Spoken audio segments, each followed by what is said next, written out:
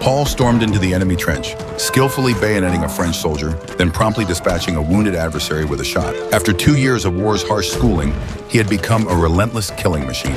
At that moment, Paul was ambushed by a French soldier.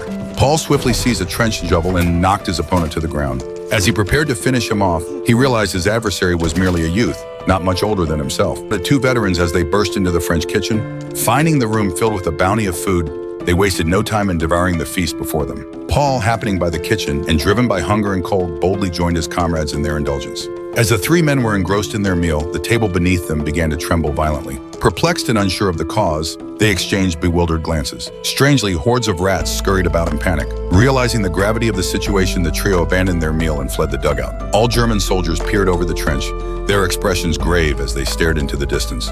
From the mist-shrouded battlefield ahead emerged several steel behemoths. Saint-Chamond tanks, a British invention, and the first tanks ever to appear on a battlefield. The German soldiers, filled with terror, unleashed a barrage of gunfire upon the approaching tanks in a desperate attempt to halt their advance. These 24-ton mobile fortresses of steel withstood the onslaught unscathed. Their cannon fire devastated the newly captured German lines, sending soldiers tumbling and reeling from the explosions. Panicked and powerless, the Germans scrambled to flee the dreadful scene. As the oppressive steel giants drew near, the German soldiers, those who had panicked first, became easy targets, chased down by the tanks' relentless fire.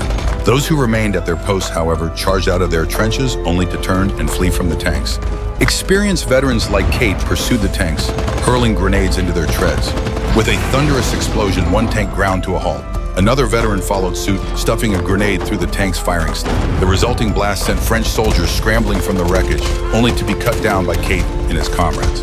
Having dispatched one tank, behind them the sounds of their comrades' agonized screams pierced the air. Paul glanced back to see a group of French flamethrowers advancing, their flame projectors unleashing torrents of fire into the trenches where German soldiers had yet to retreat. Paul and his comrades fought back desperately, firing their rifles to stem the French advance. But the French firepower was overwhelming. Kate, recognizing the futility, barked the order to retreat. Paul scrambled to his feet and sprinted toward the rear, following the retreating German forces.